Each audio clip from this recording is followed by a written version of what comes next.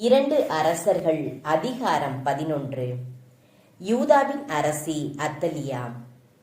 அகசியாவின் தாய் அத்தலியா தன் மகன் இறந்துவிட்டதைக் கண்டு கிளர்ந்தெழுந்து அரச குடும்பத்தார் அனைவரையும் கொன்றாள்.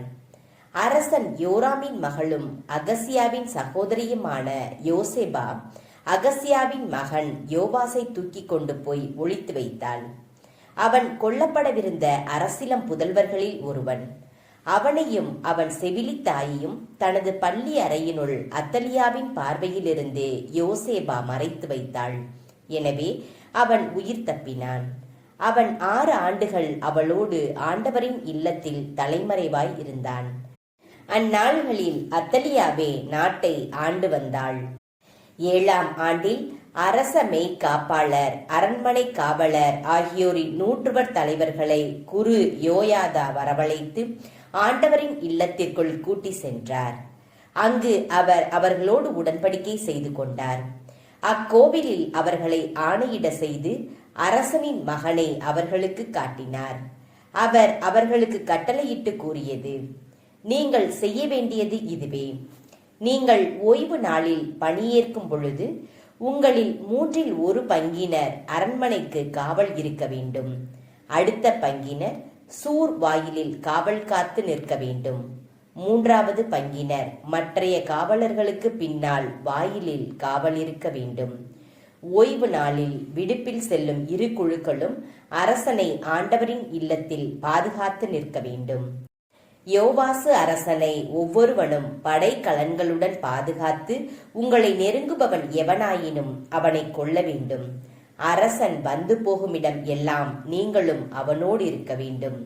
குரு யோயாதா கட்டளையிட்டு கூறிய அனைத்தையும் 100 தலைவர்கள் செய்தனர்.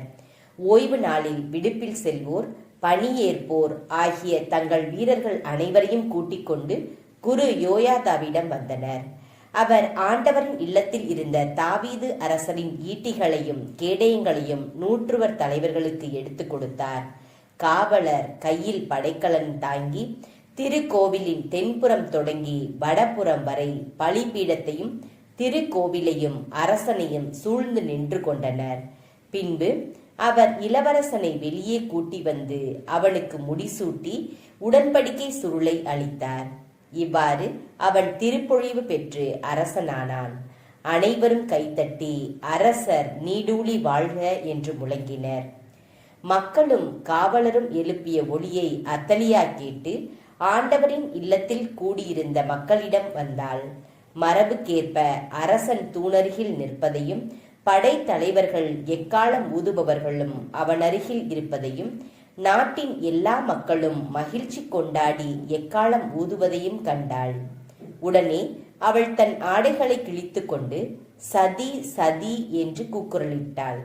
அப்பொழுது குரு யோயாதா படைகளுக்கு பொறுப்பேற்றிருந்த 100 தலைவர்களை நோக்கி, படையணிகளுக்கு வெளியே அவளை கொண்டு செல்லுங்கள். அவளை எவனாவது பின்பற்றினால் அவனை வாளால் வெட்டி வீழ்த்துங்கள் என்று கட்டளையிட்டார். அவளை ஆண்டவரின் இல்லத்தினுள் கொல்லலாகாது என்றும் கூறியிருந்தார். எனவே அவர்கள் அரண்மனையின் குதிரை நுழைவாயிலை அவள் அடைந்த போது அவளை பிடித்தனர்.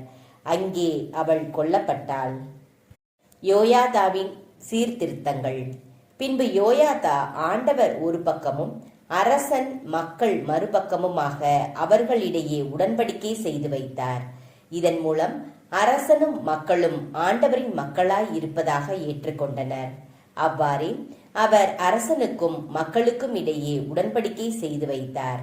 பிறகு நாட்டில் உள்ள மக்கள் எல்லாரும் பாகாலின் கோவிலுக்கு சென்று பலி பீடங்களையும் சிலைகளையும் தகர்த்தெறிந்தனர். பாகாலின் அர்ச்சகன் மத்தானை பலிபீடங்களுக்கு முன்பாக கொலை செய்தனர்.